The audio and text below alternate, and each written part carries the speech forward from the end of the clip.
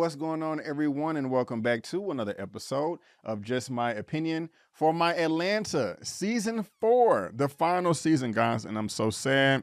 Episode 3, titled Born to Die. I'm tired of all these old heads hating. Just let me listen to my Italian drill music and blue-eyed trap in peace. Y'all can listen to D'Angelo or whatever. Guys, I do want to let you know that this is going to be a spoil-filled recap.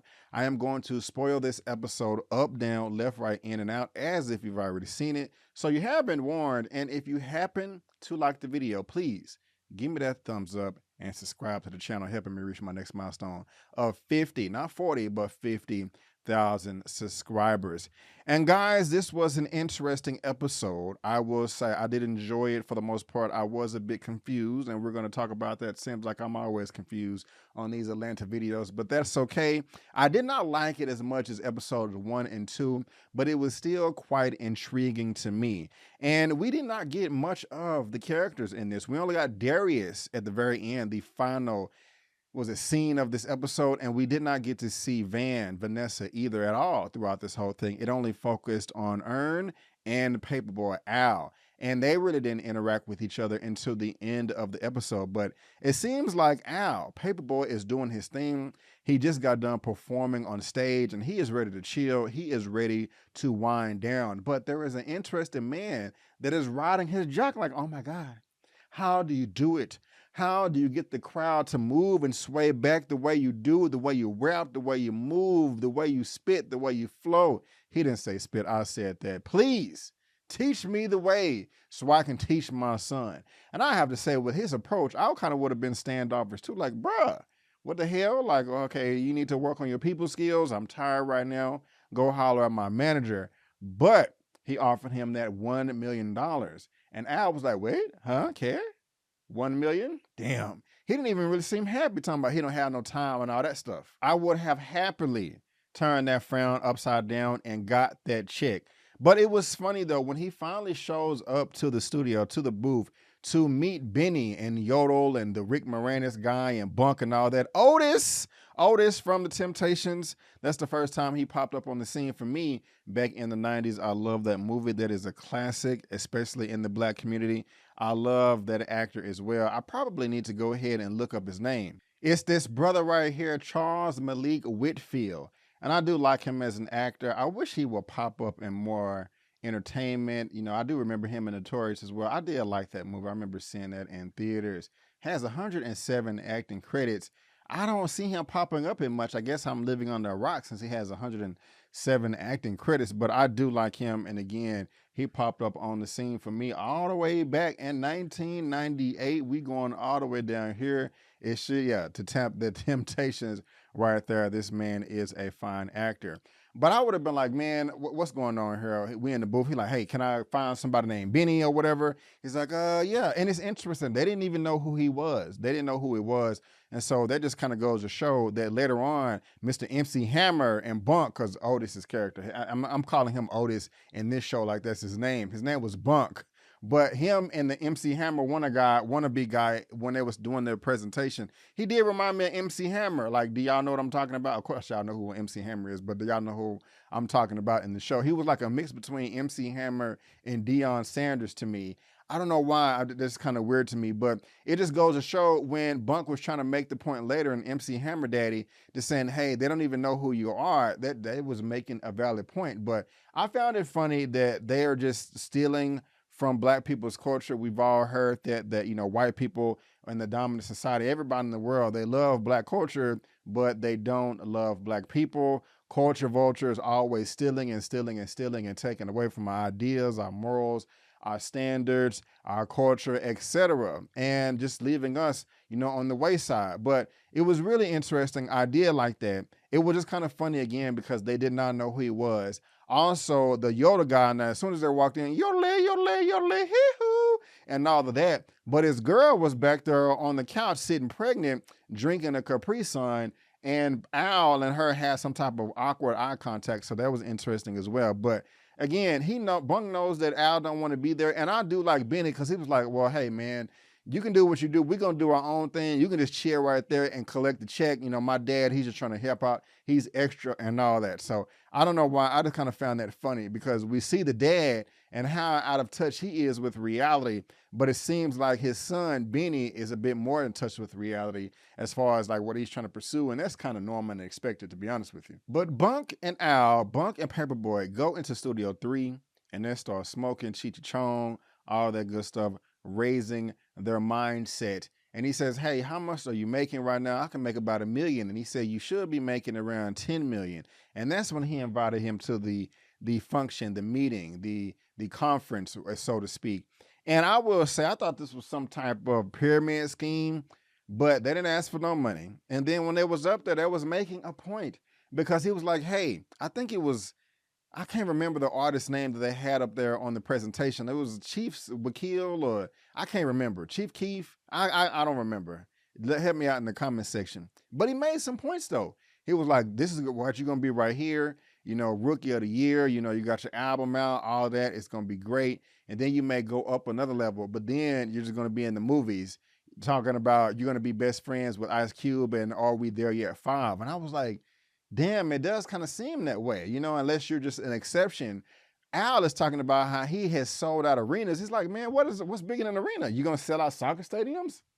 It's a big ass arena right there, big ass soccer stadium. So basically he was just like, hey, you need to get you a YWA, young white avatar, plus the Grammys. That's how you equal the money. That's how you get to the money. Because earlier he was talking about he on Robin Hood, and he's like, man, look, if you just want to, you know, have a decent life, which is fine, in a nice neighborhood, nice house with your wife driving a Tesla, that's cool. That's what that's going to get you. But if you want the real money where you in tens of millions of dollars, where you're in the top 5% of the country, or not just black people, but white people too, and just a different top 5% of black people in the country is like 350,000 with your mortgage. With white people, it's 10 million.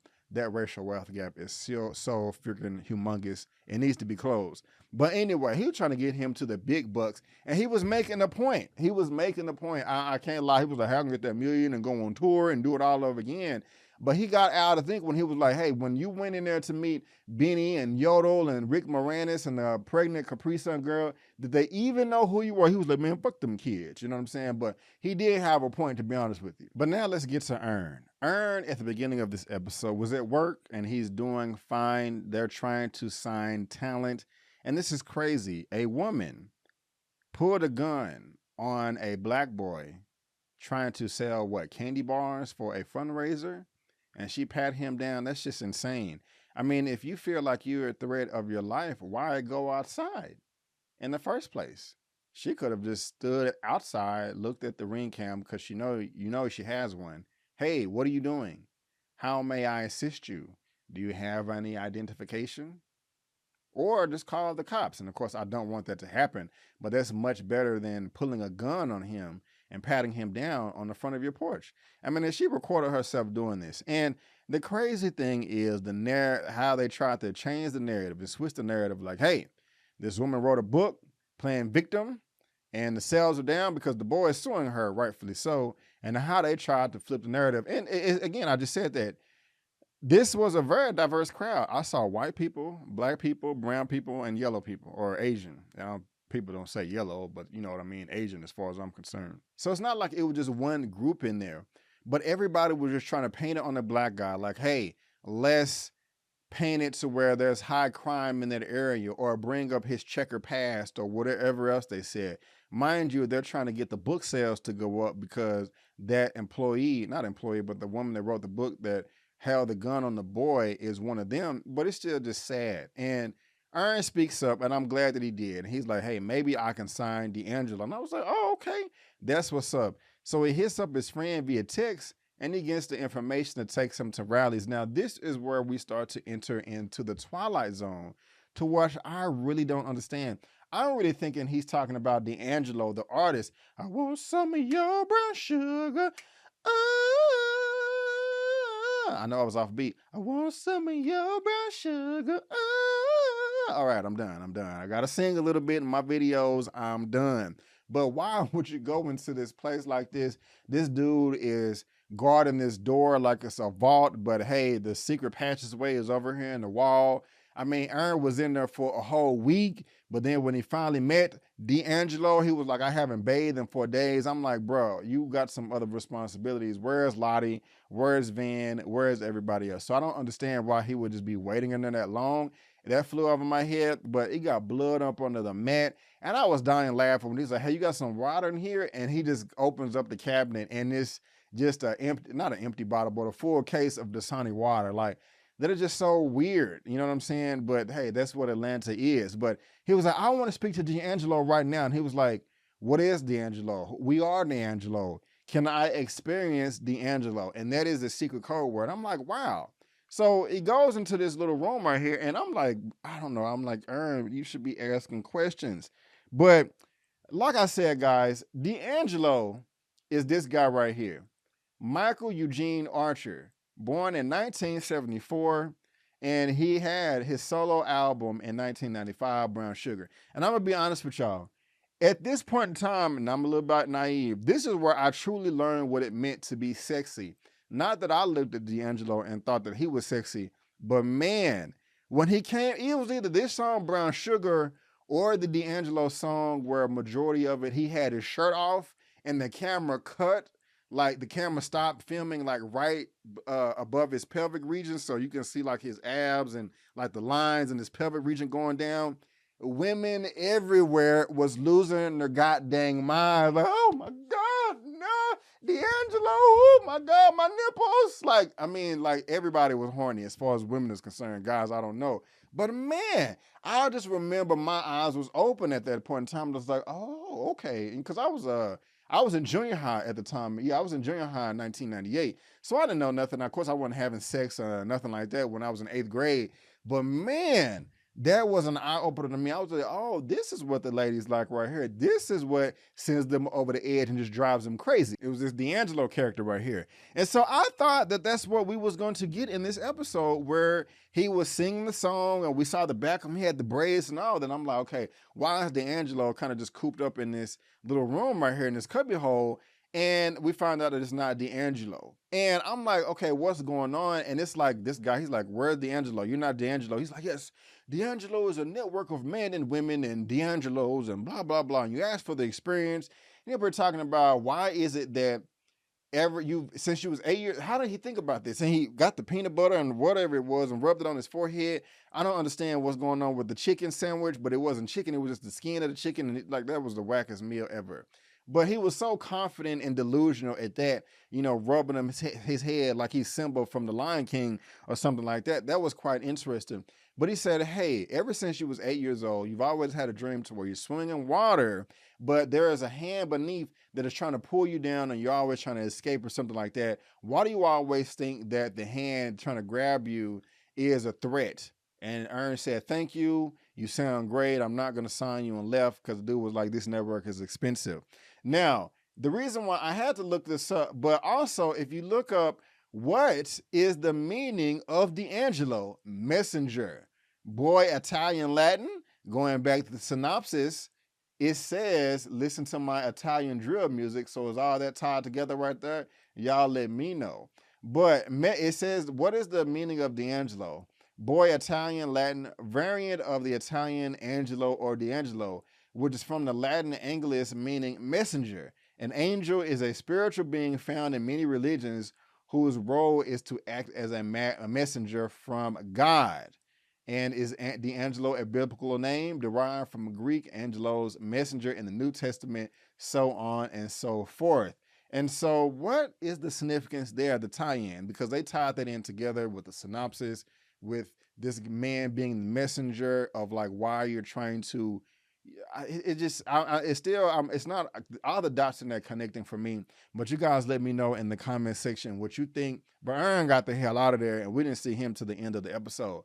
But we're going back to Al, we're going back to Paperboy, and he has an epiphany. He has the light bulb go off and he goes to this school trying to get trying to get the Yodel kid and also Benny, but Bunk done snaked him up in a way and went and stole Benny away from him, and that sucks. But they end up at the Grammys. Yodel dies from an overdose apparently, and this girl that was pregnant has the baby, and she goes up there and accepts the award. And yeah, it was it all came circling back around because they all met each other at the Grammys. They all had their young white, and I was gonna say Angelo. They all had their young white avatar. And it's just like, they was exploiting the white people, just kind of like how white people and the racist white supremacists always exploit black people. So I kind of thought that was interesting as well too. But what did you guys think? Is there any other significance to this episode that I left out? But we've been kind of saying this for a while, at least myself. We get to the end of the episode, and Earn, Darius, and Paperboy Al are there together. And Darius leaves. Al is just like, hey, I don't really think I'm cut out for this management thing. Earn, how do you do it? And I forgot exactly what he said, but it really didn't make sense for me and click. But this episode was an eye opener, and I'm gonna watch it again just to see some things, the deeper meaning and what was between the lines. But I was entertained by it, even though a number of things flew over my head. You guys let me know what you think down in the comment section below. But guys, that is just my opinion for Atlanta Season 4, Episode 3, Born to Die. I want to thank you so much for tuning in. And whatever plot points that I did miss, I'm not going to go, line of dialogue by line of dialogue, scene to scene. Please let me know what stood out to you and also what I missed. And guys, again, I just want to thank you so much for tuning in. Please subscribe to my channel. You're going to get all this stuff right here. I would love for you to help me reach 50,000 subscribers. But again, guys, thank you so much for tuning in. And before you go, don't forget that my name is Brandon Keith Avery, and that's just my opinion. Peace.